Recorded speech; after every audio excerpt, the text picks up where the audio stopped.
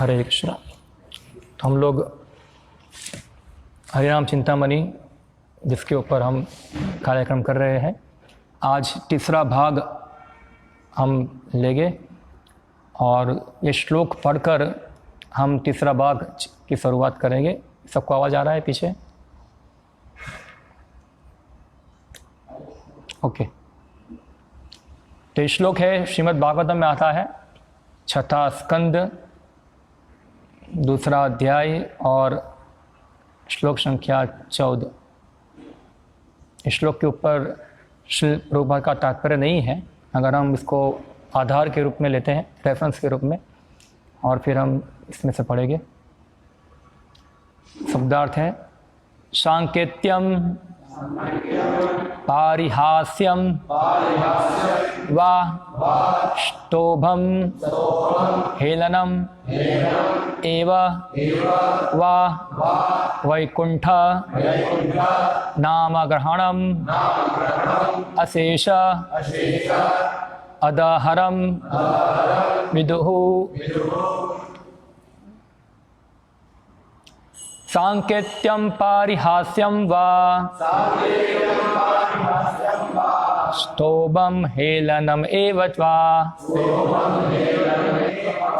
वैकुंठ नाम ग्रहणम अशेषादहरम विदुः। सांकेत्यम पारिहास्यम वा स्तोभम हेलनम एव वा वैकुंठ नाम ग्रहणम अशेषादहरम विदुः। सांकेत्यम पारिहास्यम वा स्तोभम हेलनम एव वा वैकुंठ नाम ग्रहणम अशेषादहरम विदुः। इसका अर्थ बताता हूँ मैं क्या है। सांकेत्यम स्पष्ट अर्थ है, क्या है, कौन बताएंगे? संस्कृत सांकेत्यम, संकेत, संकेत का मतलब ऐसा, संकेत के रूप में, संकेत के रूप में। पारिहास्यम हंसी मजाक में, वा अथवा स्तोभम संगीतमय मनोरंजन में, हेलनम उपेक्षा भाव से, एवं निश्चय ही, वा अथवा वैकुंठ भगवान का नाम ग्रहणम पवित्र नाम का कीर्तन, अशेष असीम अगाहरम। अगा का मतलब क्या होता है? अगासुर, नाम सुना है? अगासुर, अगासुर, अमोघ लीला, अमोघ लीला, घ का मतलब होता है पाप, अमोघ जो पाप रहित है, ऐसा है। तो अगहरम यानी कि अग यानी कि पाप, हरम यानी कि जो पाप को खत्म कर देता है, इसको कहते हैं अगहरम। पापमय जीवन के प्रभाव को दूर करने वाला। विदुः स्पष्ट अर्थ है। विदु का मतलब क्या है? जानना। उन्नत योगी जानते हैं।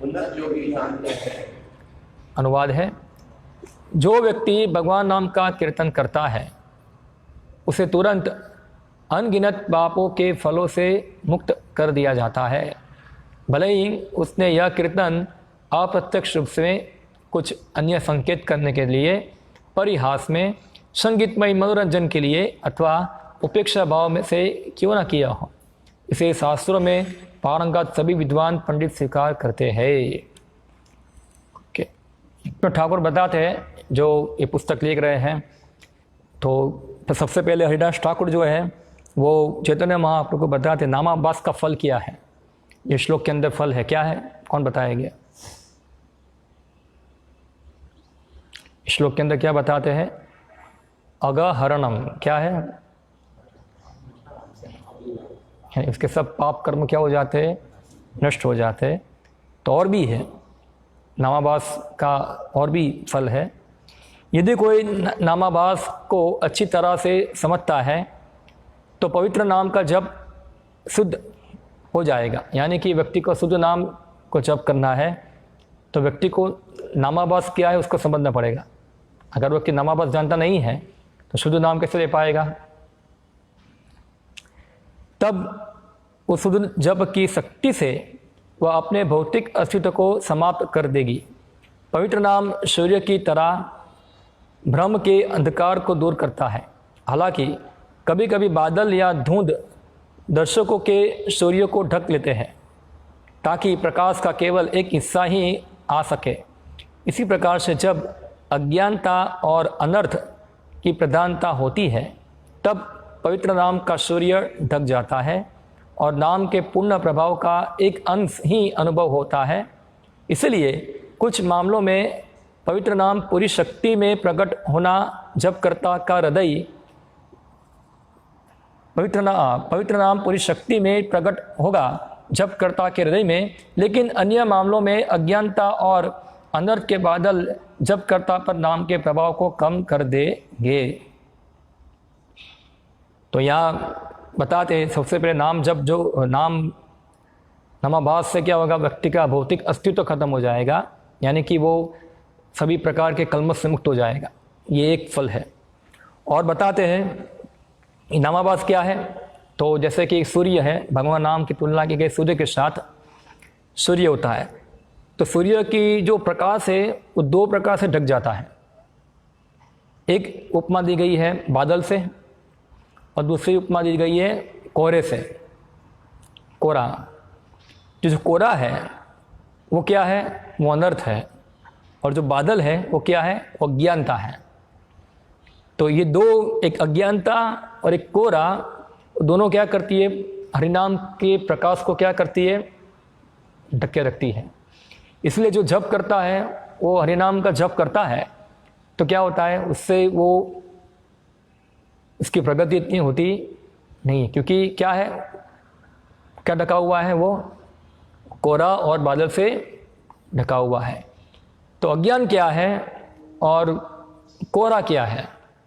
बादल और कोहरा यानी कि अनर्थ और अज्ञान क्या है, उसके बारे में हमको जानना पड़ेगा। सबसे पहले अज्ञान क्या है वो हम समझेंगे, क्योंकि अगर हमको पता ही नहीं है, ज्ञान नहीं है, तो फिर कैसे हम समझ पाएंगे कि हम ज्ञान में है, ज्ञान में है, ऐसा है। तो भगवत ठाकुर बताते हैं अज्ञान और अनर्थ के बारे में कि सबसे पहले अज्ञान क्या है वो बताते हैं। तो बताते हैं अज्ञान 3 प्रकार के होते हैं। 3 प्रकार के ज्ञान है। पहला ज्ञान है कि यदि कोई व्यक्ति पवित्र नाम की वास्तविक आध्यात्मिक प्रकृति को नहीं जानता जिसे उसने स्वीकार किया है, तो नाम की तरह अज्ञानता धुंध की तरह उसे अंधेरे में ले जाती है। तो सबसे पहले भगवान के नाम के प्रति अज्ञानता। तो लास्ट टाइम हमने चर्चा किया था, हाँ, हम हरे कृष्ण मंत्र जप करते हैं मगर हमको नाम तत्व के बारे में पता नहीं है। इसके बारे में हम पहले चर्चा कर गए। क्या है अभिन्न नाम क्या है? पूरा भगवान का नाम भौतिक नहीं है, वो दिव्य है। तो कोई व्यक्ति, हम प्रभुपाद जी कई बार प्रवचन में बताते हैं, कोई हरे कृष्ण मंत्र का जप करेगा, कोई काली काली जप करेगा, तो सब समझते क्या है? सब कुछ एक ही है, क्योंकि वो भगवान के नाम को क्या मानते हैं? भौतिक मानते हैं। अगर ऐसा व्यक्ति इस प्रकार की मनोवृत्ति है उसकी, तो अज्ञानी है वो। जिस प्रकार कृष्ण भगवान है और सभी देवताओं के स्वामी हैं, इसी प्रकार से भगवान नाम जो है वो भी पूर्ण है और सभी जो देवताओं के नामों से ऊपर है। ऐसा कि सब देवताओं के नाम और कृष्ण के नाम एक है। कई बार लोग गलती करते हैं, हरे कृष्ण जब भी करेंगे साथ में बोलते हैं प्रभु जी हम गायत्री माता भी जप करते हैं, या तो हम क्या जप करते हैं? गणपति बापा भी करते हैं, या तो हम ओम नमः शिवाय भी करते हैं सब जप लेते हैं, ऐसा है, कोई बाकी रखते नहीं है। तो वो व्यक्ति हरे कृष्ण मंत्र का जप करेगा तो उसकी स्थिति कैसी है? वो बादल से ढका हुआ है। क्या है? नाम ले रहा है वो, मगर क्या रख गया, बादल आ गया, क्योंकि वो नाम का तत्व जो है वो जानता नहीं है वहाँ। तो सबसे पहले व्यक्ति को भगवान के नाम के तत्व के बारे में जानना पड़ेगा कि वास्तव में नाम क्या है। नाम चिंतामणि है और ये भौतिक जगत से परे, इसके बारे में हमने पहले चर्चा कर लिया, ज़्यादा डिटेल में हम चर्चा करेंगे नहीं। फिर सेकंड जो है वो बताते हैं ऐसा, एक व्यक्ति इस बात से अनभिज्ञ है कि कृष्ण सर्वोच्च भगवान है। सेकंड जो अज्ञान के बारे में बता रहे हैं कि वो भगवान कृष्ण की स्थिति को नहीं जानता है। पहले तो नाम की स्थिति आ गई, सेकंड क्या है, भगवान की खुद की स्थिति। तो कृष्णस्तु भगवान स्वयं। हम देखते हैं कई बार लोग भक्ति में आते हैं, भक्ति करते हैं, हरे कृष्ण मंत्र का कीर्तन भी करते हैं, उनको अच्छा लगता है, जप करना चालू करते हैं, मगर आप उनके घर में जाएंगे तो घर के अंदर मंदिर देखेंगे तो मंदिर में क्या होगा, सुपर मार्केट किसका होगा, तो सभी देवताओं का सुपर मार्केट होगा उसके अंदर। कृष्ण हो गए, फिर माता जी हो गए, कई माता, रूढ़ी माता या तो फिर अलग अलग, कोई साईं बाबा को रखेंगे, कोई या तो फिर ऐसे ऐसे जो उनके ट्रेडिशन में सब पूजा करके आते हैं उनको रखते हैं वहाँ। तो वो क्या दिखा रहे हैं कि भगवान की सर्वोच्चता के ऊपर व्यक्ति को विश्वास नहीं है, इसको डाउट है। ऐसा है, वो नहीं देखते कि कृष्ण जो है वो भगवान है, वो सोचते हैं कि ठीक है देवता भी तो है, वो भी, अगर हम देवता की पूजा छोड़ देंगे, इतने समय से हम कृष्ण देवता की पूजा करते आए हुए हैं और हम छोड़ देंगे तो देवता क्या करेंगे, हमारी हालत बिगाड़ देंगे। ऐसा है, और हमारे घर के अंदर क्या हो जाएगा, सब प्रॉब्लम आना चालू हो जाएगा। और ऐसा हो गया है ऐसा, इसलिए हमने फिर से देवता को रख दिया है। ऐसा है, अभी बराबर हो गया सब। ये क्या दिखाता है, भगवान का तत्व ज्ञान जो है उसकी अज्ञानता है, क्योंकि वो व्यक्ति ने गीता को पढ़ा नहीं है और गीता को पढ़ के गीता को समझा नहीं है। गीता में भगवान स्पष्ट समझाते हैं, अहम सर्वस्व प्रभव मता सर्वम प्रवर्तते। और देवताओं के बारे में भगवान बताते हैं, काम स्थित हित ज्ञानम प्रपदंते न देवता। जो लोग भौतिकवादी है, जिनकी बुद्धि भौतिक कामना द्वारा हरी गई है, वो व्यक्ति देवता की पूजा करता है। तो जो भक्ति हरे कृष्ण मंत्र का जप करते और साथ साथ देवता की पूजा करते, तो समझना चाहिए वो व्यक्ति क्या है, उसकी बुद्धि भौतिक कामना द्वारा हरी गई है, इसलिए वो व्यक्ति का प्रगति होगा। हाँ, मैं चालू क्षमा नहीं, तो वो उसका प्रगति इतना होगा। इसलिए हम देखते हैं लोग 10 साल से भक्ति में आते हैं, 10 साल से हरे कृष्ण मंत्र भी करते हैं, मगर प्रगति होता। प्रॉब्लम क्या है, भगवान की तत्व के बारे में अज्ञानता। ऐसा है, ये अज्ञानता है कि कृष्ण भगवान है, वो जानते नहीं है, वो जानते भी तो उनका हृदय स्वीकारते नहीं है। ऐसा है, ठीक है, मंदिर में आते तो भक्तों को पुराना लगे इसलिए बोल देते हैं, हम प्रभु जी हम कृष्ण भगवान जानता हूँ, मगर अंदर से हृदय से स्वीकार नहीं किया अभी तक, डाउट रखा है बहुत सारा, कंफ्यूजन है बहुत सारा अंदर। तो क्या है, वो व्यक्ति करोड़ों करोड़ों जन्मों तक हरे कृष्ण मंत्र का जप करेगा, उसका प्रगति होगा नहीं है।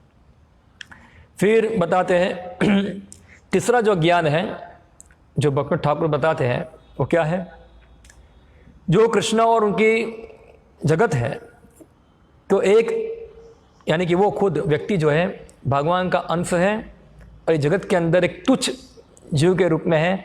वो अपनी स्थिति को जानना, यानी कि अपनी स्थिति खुद की जानना, वो कौन है, हम कौन है वो जानना। अगर वो व्यक्ति जानता नहीं है, अपनी पहचान समझता नहीं है, तो वो व्यक्ति भी क्या है, अज्ञानता में है। हम कौन हैं, तो हमको जानना चाहिए हम भगवान कृष्ण के अंश हैं, हम उनके सेवक हैं, और जगत के हम बहुत तुच्छ जीव है जगत के अंदर। तो अपनी अज्ञानता, अपने बारे में अज्ञानता। हम प्रभुपाद जी देखो मैक्सिमम उनके प्रवचन जो थे वही बताने के लिए थे, हम शरीर नहीं, हम कौन हैं, आत्मा है। मैक्सिमम प्रवचन। एक बार लंदन के अंदर श्री प्रभुपाद जी दूसरे अध्याय के ऊपर प्रवचन कर रहे थे भगवद गीता के। तो एक भक्त बोला श्री प्रभुपाद को, प्रभुपाद जी ये तो आपने बता दिया है, कुछ आगे बताइए, कुछ ऊपर, ये तो बहुत सुन लिया हम लोगों ने, हम शरीर नहीं आत्मा है ऐसा। तो श्रील प्रभुपाद जी बताया ऐसा, ठीक है तुम सुन लिया है, तुमको पता है, मगर मुझे तक अभी तक पता चला नहीं है, मैं अपने आप को कन्विंस करने के लिए बोल रहा हूँ ऐसा है, और तुम नहीं समझे हो ऐसा है, तुम भी क्या अगर तुम समझो तो ऐसा नहीं बोलते वहाँ, क्योंकि हम देखते हैं कि इतना आसान नहीं है अपने आप को समझना, शरीर से अलग अपनी पहचान करना। हम पूरे पूरे देहात्म बुद्धि में है।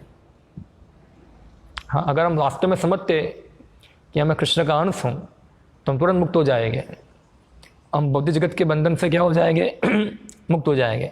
मगर हम थियरिकली जानते हैं, प्रैक्टिकली इसका हमको साक्षात्कार हुआ नहीं है इतना।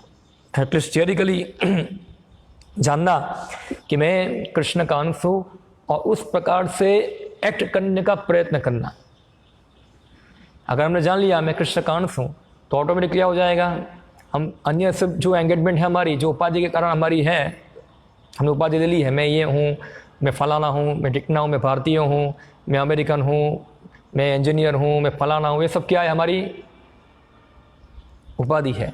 तो अगर हम जान लेंगे तो अपने आप हम ये उपाधियों से अनासक्त हो जाएंगे, हम उसमें इतना आसक्त रहेंगे नहीं। मगर खास करके हम देखते हैं लोग भौतिक जगत में सब ये बड़ी बड़ी उपाधि लोग प्राप्त करना चाहते हैं।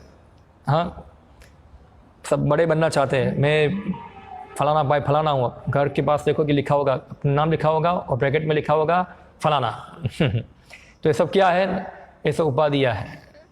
तो व्यक्ति को चाहिए सर्व उपाधिर विजन मुक्तम, ये सब उपाधि है, वो क्षणिक है, वो हमारी वास्तविक पहचान नहीं।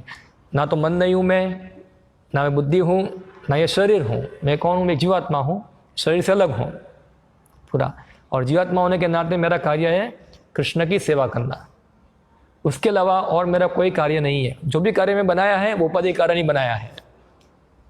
ठीक है, जब तक उपाधि है तब तक हमको क्या करना पड़ेगा, वर्णाश्रम के अनुसार हमें वर्ण और आश्रम के अनुसार हमको कार्य करना पड़ेगा, वो अलग विषय है पूरा। मगर ये इसको कहते हैं ये ज्ञान, ये चीज़ को जानना, ये है क्या है, ये ज्ञान है। तो ये ज्ञान अज्ञान के अज्ञान जो है वो भक्ति ठाकुर ने इसका वर्णन किया। फिर बताते हैं एग्जैक्ट जो वर्णन है ज्ञान का, बताते हैं ज्ञान का अर्थ है कि कृष्ण को भगवान जानते हैं, कि जीव उनका सेवक है, और यह कि भौतिक संसार एक अचेतन स्थूल अभिव्यक्ति या भगवान का उपोत्पाद है। जो व्यक्ति इन सिद्धांत की प्रकृति और उसके संबंधों को स्पष्ट रूप से नहीं जानता, वह अज्ञानता के साथ में रहता है, वह नामाभास का कारण है, या शुद्ध पवित्र नाम के सूर्य को ढकना है, जिसके द्वारा उसके पूर्व प्रभावों को महसूस नहीं किया जा सकता है। यानी कि व्यक्ति अगर ये अज्ञानता में है, इसको ये ज्ञान पता नहीं, इसको संबंध ज्ञान कहते हैं, ये चीज़ जो है क्या, तो अपने बारे में जानना, भगवान के बारे में जानना और जगत के बारे में जानना। गीता के अंदर ये सब चीज़ बताई गई, प्रकृति, फिर ईश्वर, जीव, काल, कर्म, ये सब अलग अलग विषय बताए गए हैं। तो उसमें से ये विषय जो है भौतिक प्रकृति है, इसके बारे में जानना, इसका संबंध हमारे साथ क्या है, क्या है हमारे साथ इसका संबंध भौतिक प्रकृति का, कौन बताएंगे?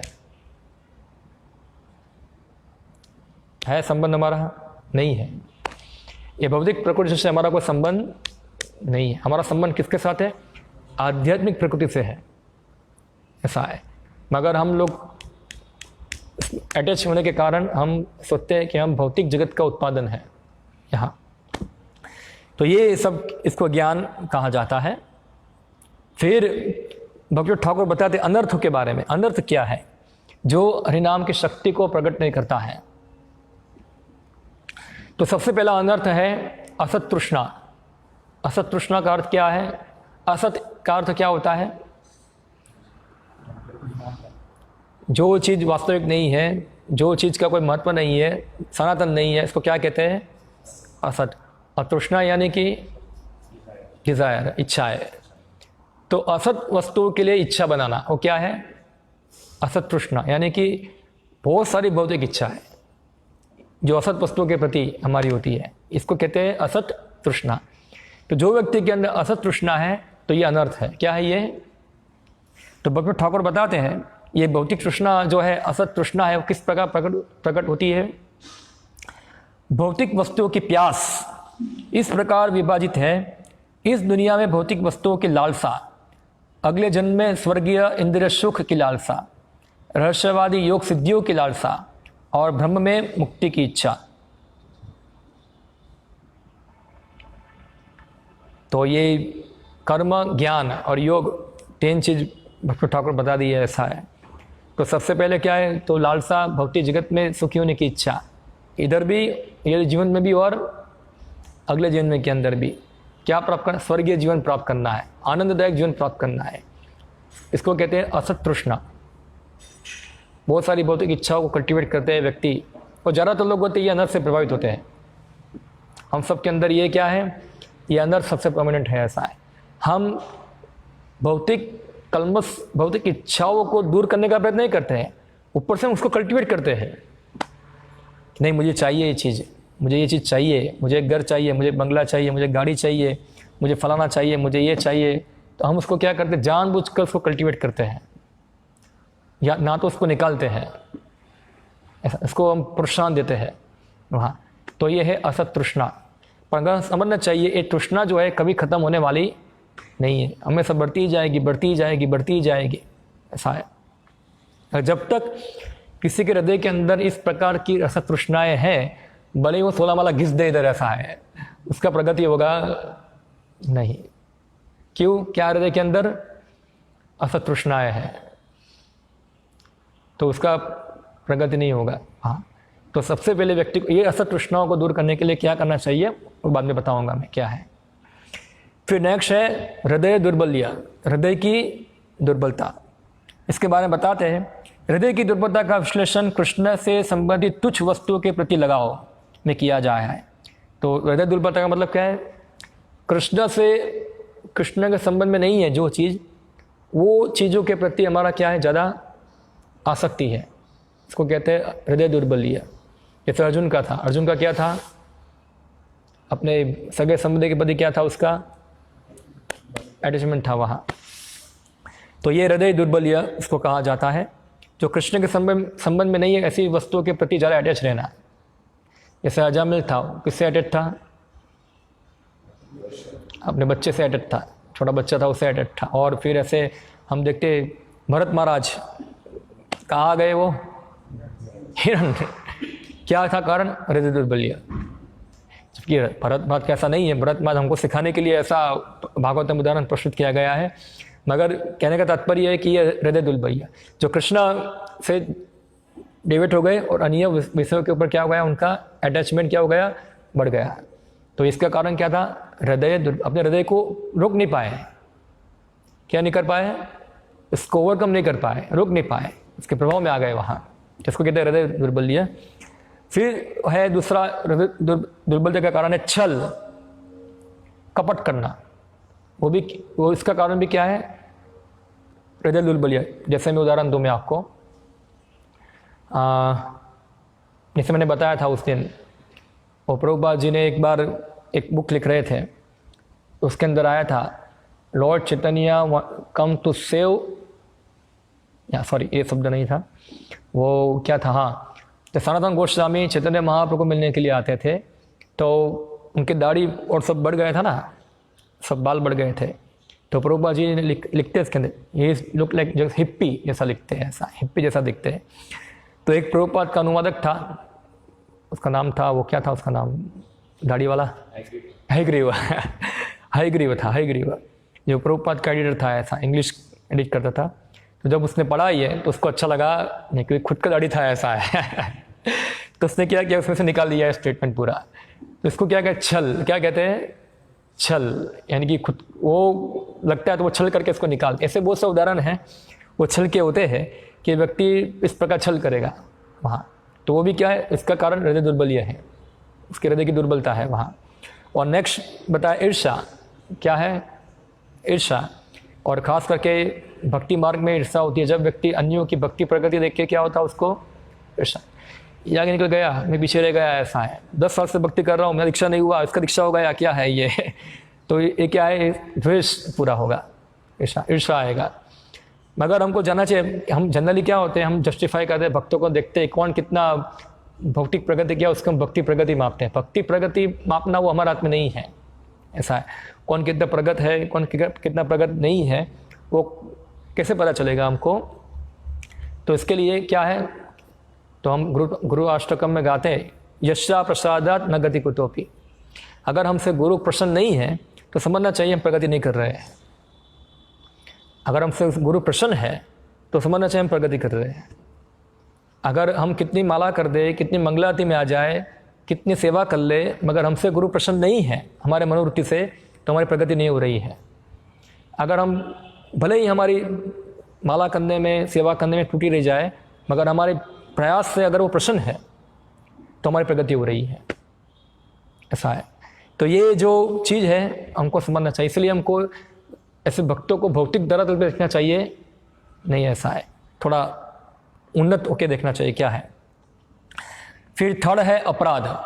क्या है? अनर्थ। सेकंड अपराध। तो अपराध जो है वो 3-4 प्रकार के अपराध बताए गए हैं। ऐसा है। एक है नाम अपराध, जो उसके बाद हम नेक्स्ट चैप्टर आएगा उसके ऊपर विस्तार से वर्णन होगा नाम अपराध का। सेकंड अपराध क्या है?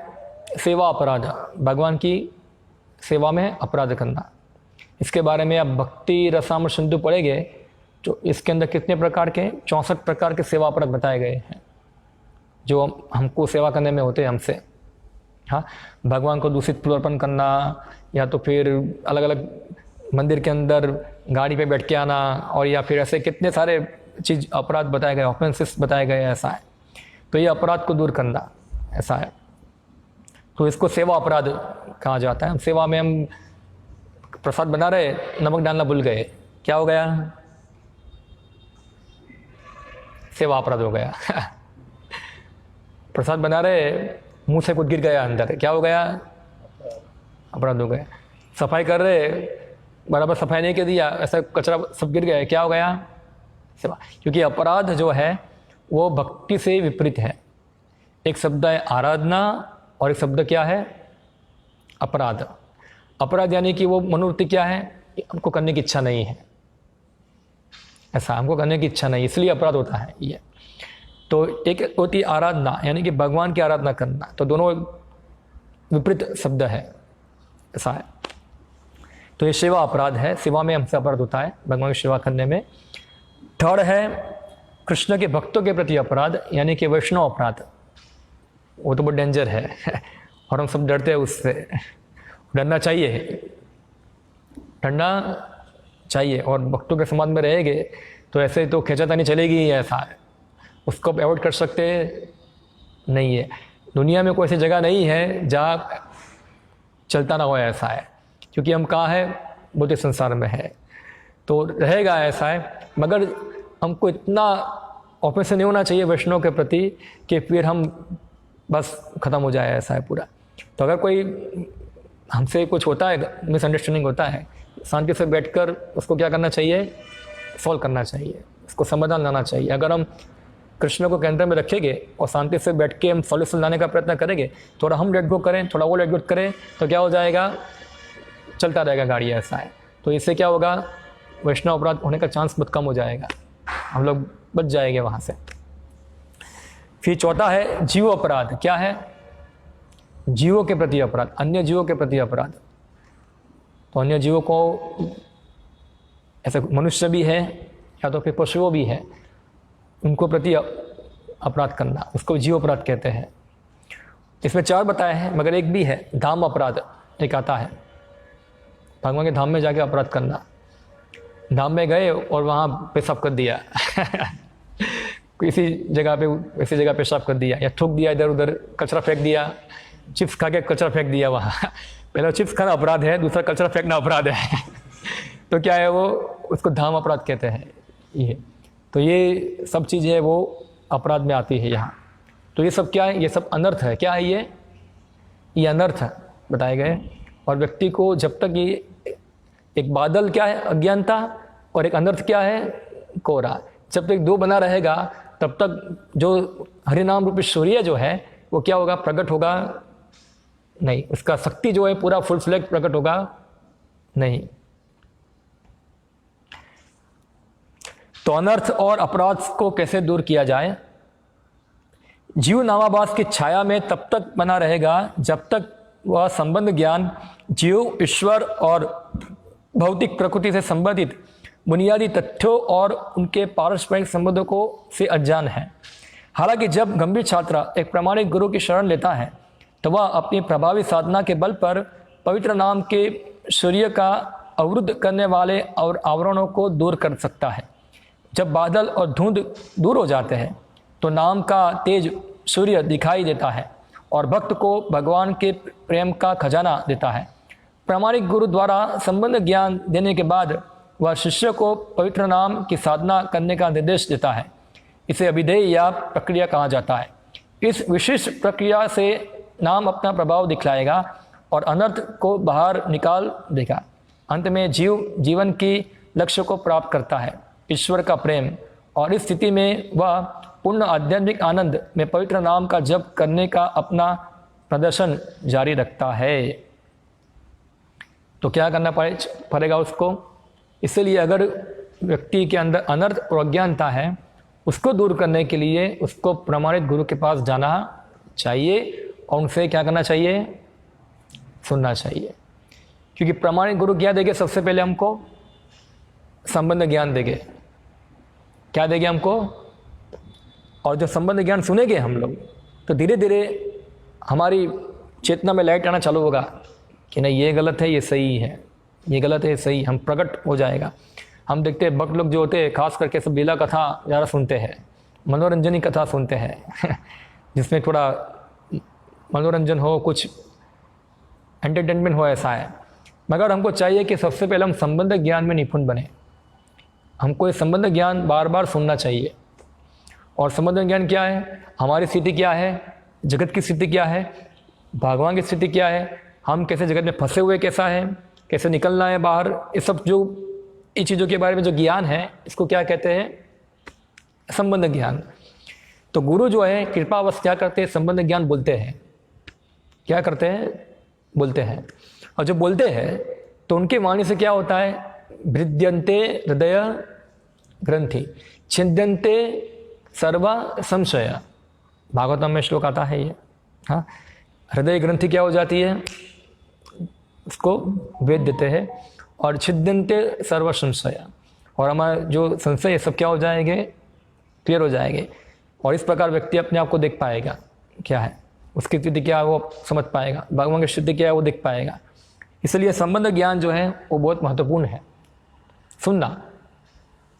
हम देखते हैं जो लोग संबंध ज्ञान को समझते नहीं है वो व्यक्ति की इतनी प्रगति होती नहीं है। और ज़्यादातर लोग यहाँ ही गलती करते हैं, संबंध ज्ञान को सुनते नहीं है। सुनना चाहिए, ध्यानपूर्वक सुनो। जो गुरु है खास कर, हम देखो प्रभुपाद के प्रवचन जो है उसमें प्रभुपाद जी बार बार यही चीज़ बताते हैं ना, संबंध ज्ञान बताते बार बार, जिससे हमारी अज्ञानता नष्ट हो जाए पूरा, और फिर हम प्रयोजन को पालन कर पाते हैं, फिर हम कृष्ण भक्ति को पालन कर पाएंगे, फिर हम हरि नाम को ले पाएंगे। ठीक है, शुरुआत में हम सबको भक्तों को बोलते हैं आप हरे कृष्ण मंत्र का जप करो, किसी भी स्थान से शुरुआत करो, मगर साथ साथ उसको क्या देना चाहिए? ये संबंध ज्ञान साथ में परोसना चाहिए। कैसे हरि नाम करना है, क्या हरि नाम, तो इससे उसका प्रगति होगा। अगर हम देखते हैं खास करके वो जगह के ऊपर कीर्तन कीर्तन कीर्तन कीर्तन हरि नाम जब जब जब बाद में कोई संबंध ज्ञान कुछ चर्चा होती नहीं। इसलिए क्या होता है, वो जो सेंटर है जो हरे कृष्ण मंत्र का जप करता है वो प्रगति करता नहीं है। उससे क्या होता है, उल्टा उसका अनर्थ और अज्ञान कल्टिवेट होता है पूरा। और अगर उसको बताया नहीं गया तो इतना पहाड़ बन जाएगा वो अनर्थ होगा, फिर वो व्यक्ति को दिखेगा ही नहीं, कुछ सही ज्ञान उसके हृदय में घुसेगा ही नहीं वहाँ। फिर वो सोचेगा नहीं मैं सही हूँ तुम गलत हो, ऐसा है, ये भावना आ जाएगी। इसलिए पहले से ही क्या करना चाहिए? संबंध ज्ञान सुनना चाहिए उनको। तो क्या होगा, हम धीरे धीरे ये सब मेहनत को निकाल देंगे हृदय में से। अभी बता दें नामाभास, ये सब जो चेतना में जो जप करता है उसको नामाभास कहा जाता है। हाँ, तो जो व्यक्ति नामाभास में जप करता है उसका प्रभाव क्या होगा, क्या उसका इफेक्ट होगा? कोई बोलेगा मैं इतने साल से जाम जप कर रहा हूँ और मेरे अंदर सब यही है, तो क्या सब फेल हो गया? जो इतना सारा जप किया सब फेल हो गया? नहीं, फेल नहीं हुआ है, उसका कुछ ना कुछ तो असर होता है। तो क्या असर होता है उसके बारे में बताते हैं। तो अगर कोई व्यक्ति नामाभास जप करता है तो सबसे पहला इफेक्ट क्या होता है, उसके सब पाप नष्ट हो जाते हैं। जो हम इस श्लोक में पढ़े हैं इसके अंदर, उसके सब पाप नष्ट हो जाएंगे, वो व्यक्ति मुक्ति प्राप्त कर लेगा, मुक्ति प्राप्त कर सकता है, यानी कि 3 गुणों की क्रिया प्रक्रिया से मुक्त हो जाएगा। फिर कलयुग के प्रभाव से मुक्त हो जाएगा। कलह, कलह का अर्थ क्या होता है? झगड़ा, उससे मुक्त हो जाएगा। थर्ड, उसकी सभी प्रकार की चिंताएं खत्म हो जाएगी, भौतिक चिंताएं रहेगी नहीं और शांति उसको मिलेगी।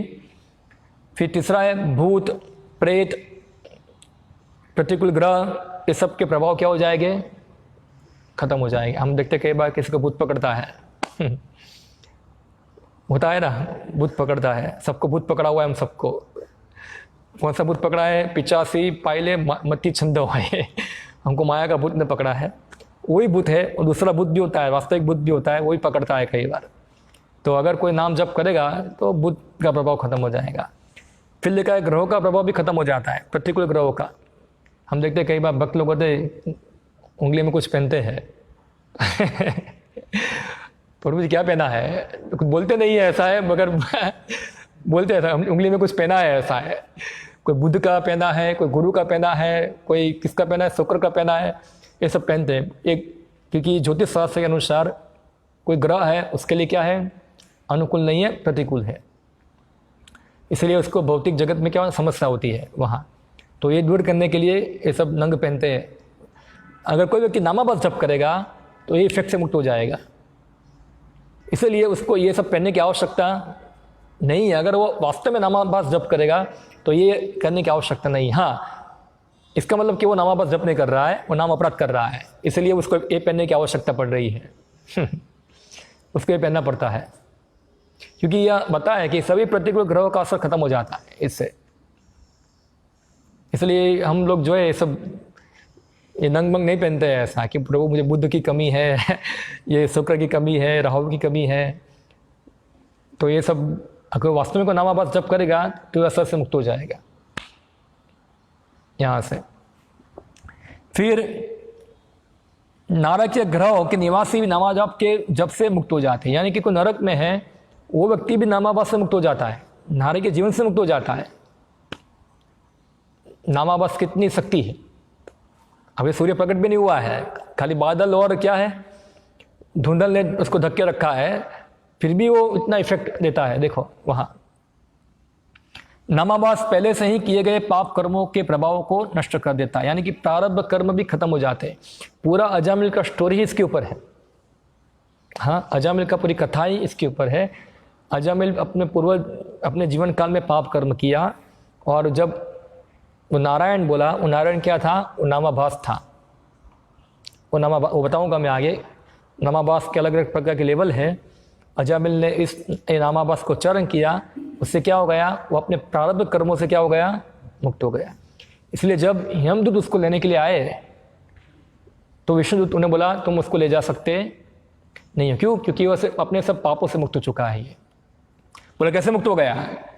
हमने देखा इसका ऐसा पाप है, उसने कोई प्रायश्चित भी नहीं किया है अपने पापों का, कैसे मुक्त हो गया ये? बोला वो मुक्त हो गया। कैसे मुक्त हो गया? बोला नारायण का नाम लेने से मुक्त हो गया।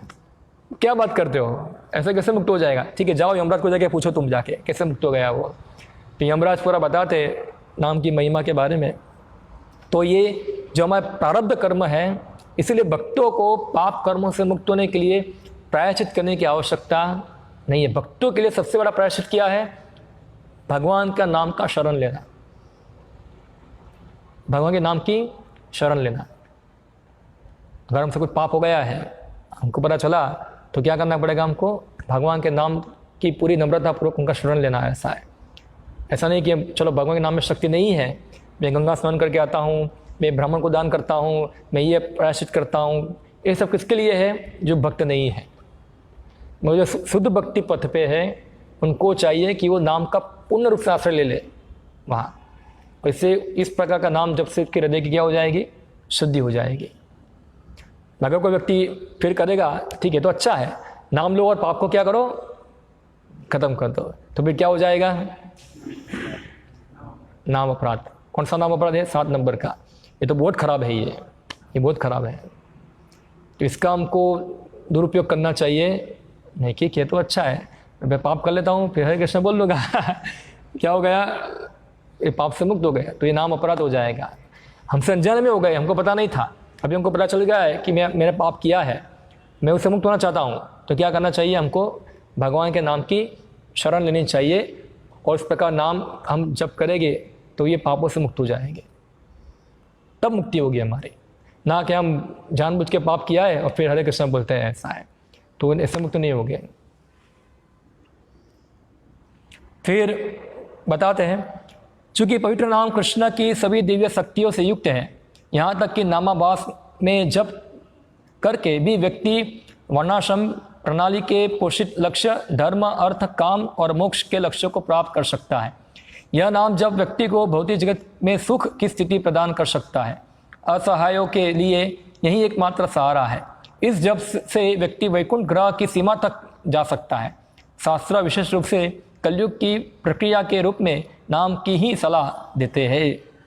तो नामा जप का असर बता रहे हैं, क्या है ये नामाभास से आपको सब कुछ मिल जाएगा, खाली एक ही चीज़ नहीं मिलेगी आपको। क्या नहीं मिलेगी? कृष्ण प्रेम नहीं मिलेगा, बाकी सब कुछ आपको मिल जाएगा। आपको मुक्ति मिल जाएगी, आपको धर्म अर्थ काम सब मिल जाएगा, सब कुछ मिल जाएगा, खाली एक ही चीज़ नहीं मिलेगा आपको। क्या नहीं मिलेगा? कृष्ण प्रेम, बाकी सब मिल जाएगा। कई बार हम देखते भक्ति में आते हैं तो बोलते हैं प्रभु जी भक्ति में आने से बहुत अच्छा हो रहा है, अच्छा नौकरी मिल गया अच्छा ये घर बर्स हो गया, अच्छा तो सब क्या ये इसका ही प्रभाव है, ये सब प्रभाव आ गया वहाँ। मगर वो व्यक्ति को सब कुछ मिल जाएगा, उसको कृष्ण प्रेम नहीं मिलेगा, ऐसा है। तो ये एक प्रकार से भगवान क्या करते हैं, वो व्यक्ति के साथ चीट करते हैं, उसके साथ क्या करते हैं, छल करते हैं। उसको ये सब दे दिया, कृष्ण प्रेम नहीं दिया वहाँ। अगर कोई व्यक्ति कृष्ण प्रेम प्राप्त करना चाहता है तो उसको ये सब छोड़ना पड़ेगा, धर्म अर्थ काम मोक्ष सब छोड़ना पड़ेगा और एकांतिक हरि भक्ति ही मांगनी पड़ेगी। वही व्यक्ति को कृष्ण प्रेम मिलेगा। बाकी सब भक्त क्या मिलेगा, भगवान ये सब देके शांत कर देंगे, ठीक है तुम ले जाओ तुम्हारी भक्ति का फल तुमको मिल गया यहाँ। और भक्ति भी संतुष्ट हो जाएगा कि मेरा भक्ति किया, भगवान ने कृपा कर दी मेरे ऊपर, ऐसा है, पूरा फर्स्ट क्लास चल गया, ऐसा है, मेरा बच्चा अच्छे मार्क में पास हो गया वो इसका एडमिशन हो गया, उसको नौकरी मिल गया और शादी हो गई, उसके घर में बच्चा आ गया, सब भगवान की दया है। कृष्ण राधा गिरधर की बुद्ध दया है, ऐसा है पर वो दया है मगर वो भगवान की क्या है, वो कपट वाली दया है, वो सीधी दया नहीं है। वो सब कुछ मिल जाएगा, आपको कृष्ण प्रेम नहीं मिलेगा, ऐसा है। तो ये क्या है, ये नाम जो नामाभास है उसका परिणाम है ये। फिर अभी जो नामाभास है उसको 4 भागों में विभाजित किया गया है, जो इस श्लोक में है। 4 प्रकार के नामाभास होते हैं। सबसे पहले क्या है, संकेत। संकेत यानी कि किसी वस्तु के सामने क्या करना, संकेत करना, तो ये संकेत नामाभास है। संकेत नामाभास यानी कि आप कोई ऑब्जेक्ट दूसरा है मगर आप वो ऑब्जेक्ट को भगवान के नाम से संबोधित कर रहे हैं, तो उस प्रकार का जो नामाभास है इसको क्या हो जाएगा, वो संकेत नामाभास। तो अजामिल का कौन सा था, संकेत नामाभास था। वो किसको बोला, नारायण, अपने बच्चे को। वो तो नारायण नहीं है, कोई भौतिक ऑब्जेक्ट है, मगर नारायण से संबोधित किया तो नारायण जो बोलना था वो क्या था, संकेत नामाभास था। एक दूसरा उदाहरण है हराम। क्या बोलते हैं, हराम साला बोलते हैं। तो हराम साला बोलने से मुक्ति हो जाएगी। वो मुस्लिम लोग जो होते हैं वो सुअर को क्या बोलते हैं, हराम हराम, तो वो भी संकेत नामाभास है। वो क्या है, उससे भी उसको फायदा होता है। तो अजामिल का और यवन का क्या था, संकेत नामाभास था ये। फिर सेकंड है परिहास। परिहास यानी कि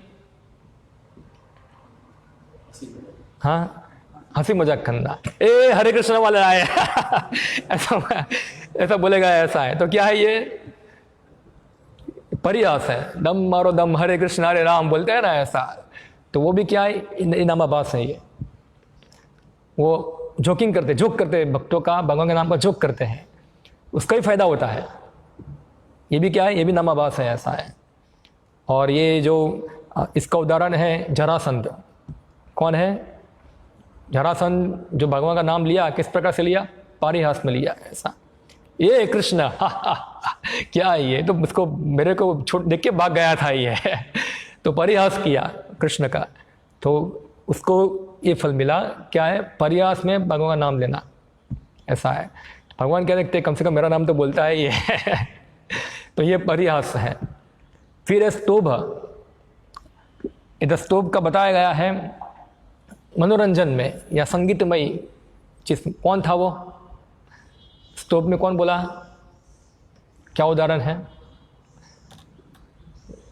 स्तोभ में, मनोरंजन में खाली बोलते हैं हरे कृष्णा सब, क्या है ये सब? तो ये स्तोभ है और उसका उदाहरण बताया है शास्त्र में।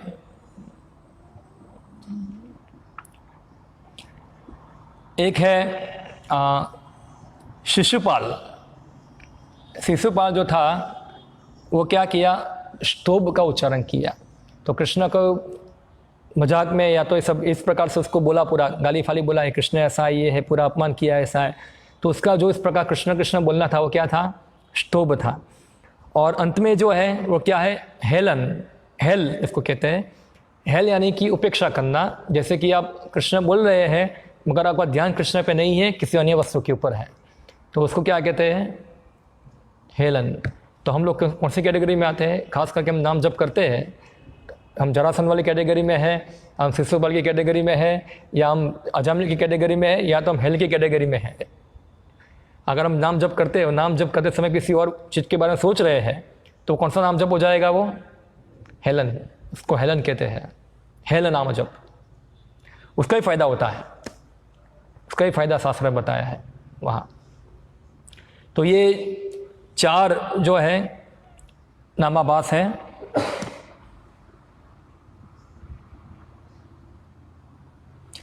इस प्रकार के नामाभास यानी कि संयोग, मजाक, उपहास और उपेक्षा कृष्ण में वास्तविक आस्था के बिना नामाभास की निचली सीमा पर स्थित है। तो यहाँ एक चीज़ और भक्त ठाकुर बताते हैं, जो संयोग यानी कि संकेत, उपहास, परिहास, स्तोभ और हेलन ये सब बोलता है, तो वो बोलने में उसकी श्रद्धा क्या है वो बता रहे हैं यहाँ। अगर उसको कृष्ण में श्रद्धा नहीं है तो वो उस प्रकार नाम जप होगा, वो क्या होगा? निम्न कक्षा में होगा। देखो, एक तो भक्त जिसको कृष्ण में श्रद्धा है वो नाम जप करता है, 4 में से एक, और एक को श्रद्धा नहीं है और वो नाम जप करता है। दोनों में फ़र्क है। दोनों में क्या है यहाँ भक्त ठाकुर बता रहे हैं, ऐसा ये फ़र्क है यहाँ। ये 4 प्रकार का नामाभास है। तो जिसको कृष्ण में श्रद्धा है और जो इस प्रकार नाम बोलते हैं उसका फल अलग होगा, और जो 4 प्रकार का नामाभास है जिसमें कृष्ण की श्रद्धा नहीं है वो जब करेंगे उसका फल अलग होगा। थोड़ा टेक्निकल है, समझ रहे क्या कहना चाहता हूँ मैं? तो यहाँ ये बता रहे हैं ऐसा। तो जो श्रद्धा के बिना करता है वो निम्न कोटि का है सबसे, और वो आगे जाके क्या बन जाएगा? वो अपराध हो जाएगा। वो आगे जाके क्या बन जाएगा? अपराध में परिवर्तित हो जाएगा। दूसरी ओर यदि कोई कृष्ण में सच्ची आस्था रखता है और अनर्थ के रहते हुए पवित्र नाम लेता है और उस अवस्था में श्रद्धा पूर्वक नाम लेता है, उसको श्रद्धा नामाभास कहते हैं। तो जो व्यक्ति के अनर्थ है, दुर्गुण है, सब अनर्थ पड़े हुए हृदय के अंदर, मगर भगवान के नाम में श्रद्धा है, उसको विश्वास है, तो उस प्रकार जो नाम जप करता है उसको क्या कहते हैं? श्रद्धा नामाभास, यानी कि श्रद्धा से युक्त है। और वो व्यक्ति आगे जाके प्रगति करेगा, वो अनर्थ खत्म हो जाएगा और कृष्ण प्रेम को प्राप्त करेगा, ऐसा है।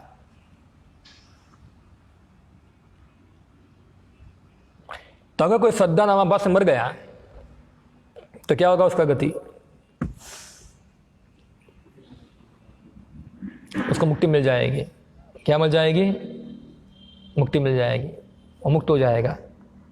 देखो, कृष्ण प्रेम नहीं मिलेगा, बाकी सब मिल जाएगा, मुक्ति मिल जाएगी, कृष्ण प्रेम प्राप्त नहीं होगा वहां। फिर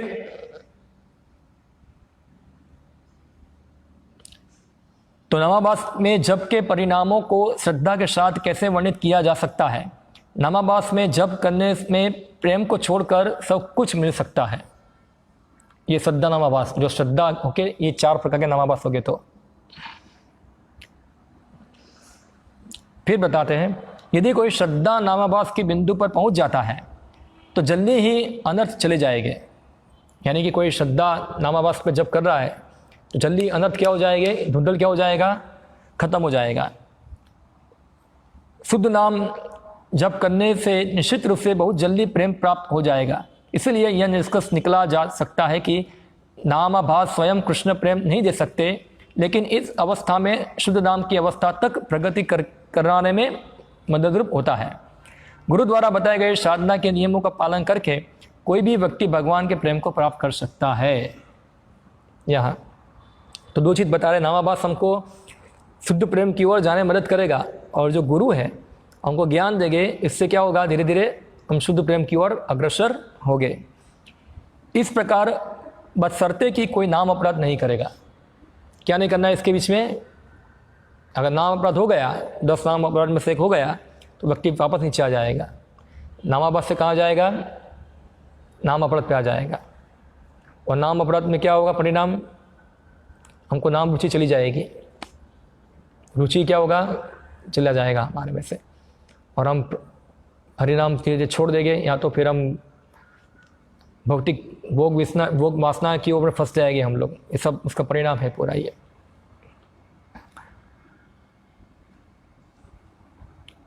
हमें कर्म या ज्ञान से असीमित समय बेहतर माना जाता है। तो नामाभास जो है वो कर्म और ज्ञान से भी श्रेष्ठ है, कर्म और ज्ञान से भी श्रेष्ठ है।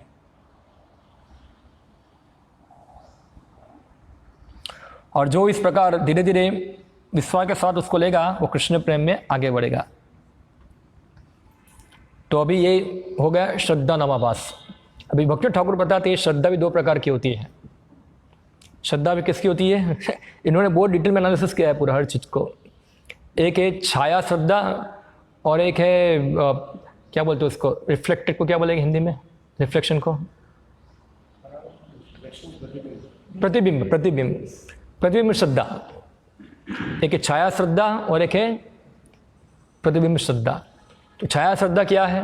जैसे छाया किसको बोलेंगे हम लोग? जैसे हम प्रकाश में खड़े हैं तो हमारा एक छाया पड़ेगा, तो उसको क्या बोलेंगे हम? छाया। और प्रतिबिंब क्या बोलेंगे? जो सूर्य है उसका प्रकाश है, वो किसी वस्तु के ऊपर गिरता है और फिर क्या होता है उसका, वो रिफ्लेक्ट होता है अंधकार के अंदर, और जो प्रकाश है उसको क्या बोलेंगे हम? प्रतिबिंब बोलेंगे। तो ये एक छाया क्या है? सीधा प्रकाश है, प्रकाश के आता है, और प्रतिबिंब यानी कि जो रिफ्लेक्ट होके आता है। तो इन दोनों में से जो छाया है वो अच्छा है, प्रतिबिंब अच्छा नहीं है। तो ये श्रद्धा का भी उन्होंने विभाजन किया है, ऐसा है। थोड़ा मैं इसके बारे में पढ़ूंगा यहाँ। यद्यपि शुद्ध विश्वास, शुद्ध श्रद्धा लेने का अवसर होने पर अन्य जीव एक विकृत विश्वास लेते हैं। देखो, विकृत यानी कि परिवर्तित। क्या गया? एक जो प्रकाश है सूर्य का, वो परिवर्तित हो गया, जिसको विकृत कहते हैं। विकृत हो गई ना उसके अंदर। तो श्रद्धा जो है विकृत श्रद्धा है उसकी, सही श्रद्धा नहीं है। अन्य जीव एक विकृत विश्वास लेते हैं जिसकी तुलना पानी से परावर्तित प्रकाश से की जाती है। प्रकाश टूट जाता है और छवि बरकरार नहीं रहती। जब विकृत आस्था वाले लोग पवित्र नाम प्राप्त करते हैं तो वे जो नाम लेते हैं वह भी विकृत हो जाता है। ऐसे लोगों में भोग और मुक्ति की गहरी जड़ होती है, इस हद तक कि वे भोग और मुक्ति के लिए अपनी इच्छाओं को पूरा करने के लिए दिन रात प्रयास करते हैं। क्योंकि ऐसे लोग नाम का उपयोग करते हैं, उन्हें नाम में विश्वास हो सकता है, लेकिन यह वास्तविक विश्वास नहीं है। देखो, इसको क्या कहते हैं? प्रतिबिंब श्रद्धा है उसके। तो हम जो लोग नाम जप करते हैं, विश्वास है नाम जप के अंदर कि नाम जप करूंगा तो एग्जाम में पास हो जाऊंगा। क्या हो जाएगा? एग्जाम में पास हो जाऊंगा, या तो फिर मेरा ये काम हो जाएगा। तो जो विश्वास है ये विश्वास कैसा है? ये कौन बताएगा? प्रतिबिंब है, रिफ्लेक्टेड है, परवर्टेड है, पूरा विकृत है। ये सही श्रद्धा, क्योंकि वो नाम को अपनी सेवा में लगाना चाहता है, जबकि व्यक्ति को नाम की सेवा करनी चाहिए, मगर वो नाम को अपनी सेवा में लगाना चाहता है। बहुत सारे इस्कॉन के अंदर भक्त लोग होते हैं ऐसा। अपने बच्चों की एग्ज़ाम होती है। एक बार मैं जब विद्यानगर में था, नाम जब कर रहा था मंदिर के अंदर, एक हमारे कांग्रेगेशन माता जी आए, प्रभु जी आज मेरे बच्चे का एसएससी का एग्ज़ाम है, प्लीज़ आप एक माला उनके लिए कीजिए, ऐसा है। एक माला क्या कर उसके लिए कीजिए जिससे उसका एकदम अच्छे मार्क आ जाए। दीक्षित है। अब जब मैं पढ़ा तो मुझे याद आ गया ये इसकी श्रद्धा क्या है, पूरी विकृत है ये। ये क्या है, पूरा प्रतिबिंब श्रद्धा है उसकी, सही श्रद्धा नहीं है। जो नाम ग्रहण किया है वो सही श्रद्धा से लिया नहीं है। तो ऐसे व्यक्ति नाम जप करेंगे उसको कुछ फायदा होगा, विकृति है, श्रद्धा है पूरी सही, तो वो व्यक्ति प्रगति कभी करेंगे नहीं। वो छाया वाला प्रगति कर लेगा, प्रतिबिंब वाला प्रगति करेगा वो रुक जाएगा वहां उधर। लेकिन यह वास्तविक विश्वास नहीं है। यदि कोई उस विश्वास के साथ नाम लेता है, चाहे वह कितना भी देर तक जारी रहे, वह शुद्धिकरण के लिए प्रगति नहीं करेगा, लेकिन लगातार उसी विकृत स्थिति में रहेगा। उसके बजाय इस तरह के अभ्यास से आमतौर पर मायावाद मानसिकता की ओर जाता है और अंत में एक धोखेबाज बन जाता है। ऐसा व्यक्ति सोचता है कि पवित्र नाम केवल एक उच्च अंत का साधन है और ऐसी मानसिकता से नाम की महिमा और शक्ति खो जाती है। एकमात्र परिणाम अपराध हो जाता है, अपराध है। तो धीरे धीरे मायावाद दूषण आ जाएगा उसके अंदर, मायावाद घुस जाएगा।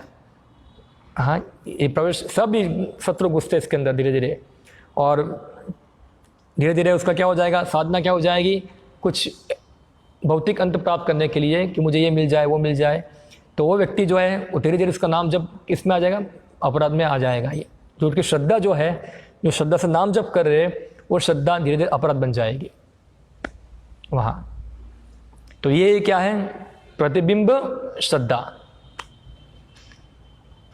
वास्तविक श्रद्धा क्या होनी चाहिए, शास्त्रीय श्रद्धा, वो सही श्रद्धा है। और एक छाया श्रद्धा है, वो अज्ञानी है, अगर वो धीरे धीरे क्या होगा, ज्ञान प्राप्त करके प्रगति करेगा। और एक व्यक्ति की श्रद्धा पूरी विकृत है, तो वो क्या होगा, वो धीरे धीरे अपराध की ओर गिरेगा और गिर जाएगा नीचे। तो जो इसलिए अगर कोई व्यक्ति इस प्रकार की चीज़ से मुक्त होना चाहता है, ये तो खास करके मायावादी विचारधारा उसके अंदर आ जाएगी। हम देखते भारत के अंदर लोगों की श्रद्धा खास करके यही होती है, विकृत श्रद्धा होती है सबकी, प्रतिबिंब। राम नाम जप करते, मगर विचार क्या है उनका, मैं राम बन जाऊंगा, या तो राम जैसा कोई राम निराकार है, कोई ज्योति है। हाँ, बोलते हैं ना सब लोग, हरि नाम सब लोग बोलते हैं। तो इस प्रकार का जो श्रद्धा है उनकी विकृत है, प्रतिबिंब है। तो हमको चाहिए कि हम क्या है, शुद्ध नाम का प्रचार करें। क्या करें, शुद्ध नाम की व्याख्या करें। मुझे पता है बहुत सारे हमारे स्कूल के अंदर भी कुछ यूथ टीचर होते हैं। एक बार एक टीचर आया था, मुझे बता रहा था, प्रभु जी हम क्या करते हैं, स्टूडेंट लोग जब हमारे प्रोग्राम में आते हैं तो हमको बोलते हैं एक माला चालू कीजिए, इससे आपका तनाव कम हो जाएगा। क्या हो जाएगा, अभी वो कौन सी श्रद्धा लेगा, उससे कौन सी श्रद्धा से नाम ग्रहण करेगा, ये पूरी विकृत श्रद्धा है। तनाव कम करने के लिए नाम जप करेगा तो उससे क्या होगा, वो शुद्ध नाम का प्रचार होगा नहीं। उनको बताना चाहिए संबंध ज्ञान, तनाव इसीलिए है, तुम जीव हो, जगत में फंसे हुए हो, जब तक जगत के अंदर तुम भौतिक भोग विलास करने की इच्छा रखोगे तब तक तुम तनाव में रहोगे। ऐसा है, जैसे मछली जो है पानी के बाहर आती है, फटफटती है, इसलिए उसको दुखी रहती है, जब पानी में चली जाएगी सुखी हो जाएगी।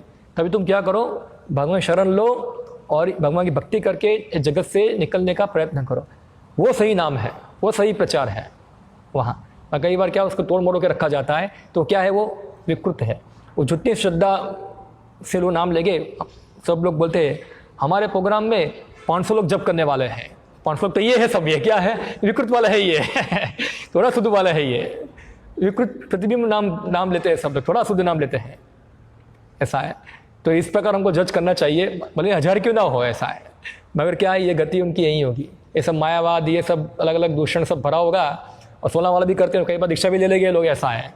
उनका प्रगति कभी होगा नहीं ऐसे, क्योंकि क्या है, ये सब विकृत श्रद्धा है उनकी। तो सही श्रद्धा है शास्त्रीय, इसके बाद छाया आती है, क्योंकि इसके अंदर अनर्थ है, वो अनर्थ को छोड़ पाता नहीं है। मगर श्रद्धा है भगवान के अंदर, तो धीरे धीरे प्रगति करेगा संबंध ज्ञान सुनकर व्यक्ति जो है। तो ये यहाँ ये नवा बस का चैप्टर जो है पूरा यहाँ भगवत था, उसको कंक्लूड करते हैं। अभी नेक्स्ट चैप्टर जो है नाम अपराध के बारे में है, जो सबसे ज़्यादा है, बड़ा है, वो हम आगे नेक्स्ट में लेंगे। किसी का कोई प्रश्न हो विषय के ऊपर थोड़ा पूछ सकते क्या है।